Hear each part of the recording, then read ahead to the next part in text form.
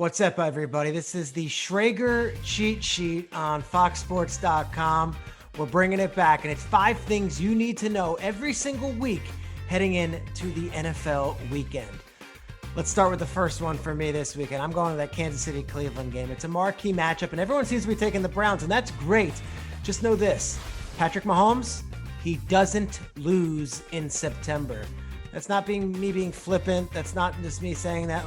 No, he does not lose in September. The guy is 10-0 all time in games in September, and the numbers are insane. 32 touchdown passes in the month of September for Patrick Mahomes. You know how many interceptions he's thrown? Zero. So that's 10 wins, 0 losses, 32 touchdown passes, no interceptions. And if you think you're going to get the Mahomes situation from the Super Bowl where he was running around like a chicken with his head cut off, no. That's not the deal. They completely revamped their offensive line, and they are really excited about it. Not only did they spend huge money on Joe Thuney, who's going to be playing offensive guard, they also went and drafted in the 3rd round Creed Humphrey out of Oklahoma, who's a stud and will be starting at center. And then Trey Smith, a 6th round pick out of the University of Tennessee, who was one of the top high school football recruits in the country, but slipped to the 6th round in the NFL draft. He's starting. New offensive line for Mahomes. He's healthy. Chiefs at home, Arrowhead, September. There's a lot to like. Go ahead and take the Browns. I think I'm going with KC. Number 2, I speak to a lot of these coaches and GMs, and I can name drop to you all day long. I'll tell you something from someone on the record who told me something. That's Sean McVay, the coach of the Rams. And I said, do you think it's going to be Mac Jones or Trey Lance or Justin Fields? Like, who are the Niners taking at 3? And he's like, I don't know who they're taking, but I wouldn't sleep on Kyle Pitts at 3. Kyle Pitts? You trade up all those picks?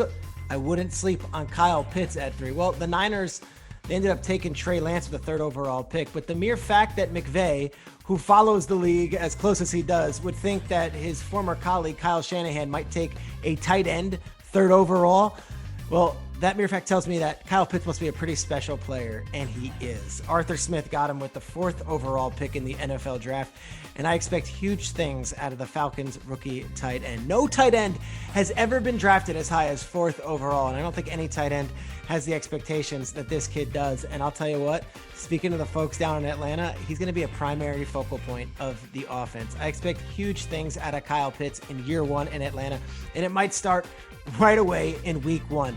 Know this, they're very excited about their offense, but what they love the most is the trio of Kyle Pitts, Calvin Ridley, and Russell Gage. All 3 of those guys are going to have big years this year, and Kyle Pitts might break some records. The all-time record for a rookie receiving yards total for a tight end, it's actually held by Mike Ditka in 1961, and it was just barely over 1,000 yards.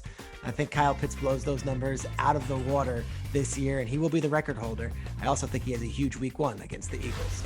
Number 3, I always like to talk about the next head coach in the league, and a lot of times teams or fans will ask me, who's the hot young coordinator? And one of the names that keeps on coming up this offseason is the 38-year-old first-year defensive coordinator of the Chicago Bears. His name is Sean Desai. Now, Desai's story is incredible. It's a guy who came into the league and immediately went to work for the Chicago Bears. But what head coach was it? It was Mark Trestman all the way back then. So he was a Trestman that he came all the way through, was with John Fox, stays around for Nagy. And after Chuck Pagano stepped away last year, they gave the crown of defensive coordinator to Sean Desai. 38 years old. Great things, right? Guess what? First week, I want to talk about a test. Here come the Rams. And the Rams are going to go 5 wide, and McVay's going to have Stafford throwing the ball all over the yard. And as good as some of those players on that Bears defense are, their defensive backs do leave a lot to be desired, at least on paper. Here is a mismatch of epic proportions, if you ask me. Stafford, McVay, and all those wide receivers, Woods and Kupp, and Van Jefferson and Deshaun Jackson. And guess what? Tutu Atwell, he's going to make an impact, the rookie. And over there for Chicago, their starting corners are 2nd-year corner Jalen Johnson, who's fairly unproven. And then another young man named Kindle Vildor, whose game, quite frankly, I'm not familiar with. Those are the 2 guys who are supposed to stop this all-time passing attack. I think Sean Desai is going to be a great young talent in this league. I just think week 1, the odds are stacked against him. Number 4, I got to see a bunch of teams this summer going to training camps, and one of the ones that I spent extensive time with was the Arizona Cardinals, and they are really excited about what they got in that building, what they're going to unveil in week 1. they obviously added A.J. Green, and they're excited about their first-round pick, Zaven Collins. And when you put all the pieces together, there's a lot of famous names. J.J. Watt's on this team. But the guy I'd be watching for is number 85, their second-round pick, Rondale Moore out of Purdue. Cliff Kingsbury is excited to use him because this is one of those players that we call a positionless guy. What's that mean? Well, he might line up in the slot, he might line up out wide, or he might play running back. Rondale Moore did it all at Purdue, but the way they're going to use him is almost like a Swiss Army knife, a jack of all trades in Arizona. We saw glimpses of it in their preseason game against the Cowboys, where he caught about 3 screen passes and got a bunch of yards after the catch. I know that Cliff Kingsbury plans on using number 85 in a lot of ways right out of the gates. Be ready for it when they take on the Titans on Sunday. And lastly, number 5, my picks of the year. It's what you've been waiting for, so let's get right to them. The show of the summer. Yeah, I'm talking about those kind of picks. White Lotus, HBO. Loved it. Armand, incredible character. Breakout star of the summer. How about the South London qualifier on the Women's US Open brackets, who is now in the semifinals? I'm going with Emma Raducanu from South London. I'm all in on her. An incredible athlete, a great story. And then the breakout podcast of the summer. Yeah, I listen to podcasts. Something called Are You Garbage? I suggest you listen to it.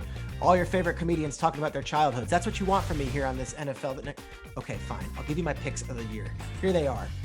MVP pick. I'm going with Russ. I think Russell Wilson's the MVP this year. I really do. I think they put it all together. He isn't one of those, you know what? Put it on me. No one's picking the Seahawks this year. I'm going to go scorched earth in what I think is going to be a big season for Seattle when nobody's really talking about them. And then my Super Bowl pick. Here it is. Out of the AFC, I'm going with the Kansas City Chiefs and my guy Mahomes. Out of the NFC, I'm going with the LA Rams and Matt Stafford. And for my Super Bowl champion, in their own backyard, in the fine city of Los Angeles, I have the Rams beating the Chiefs in Super Bowl 56 in an absolute showdown, in an absolute shootout. Rams taking it home. And there you have it. The first cheat sheet of the 2021 NFL season.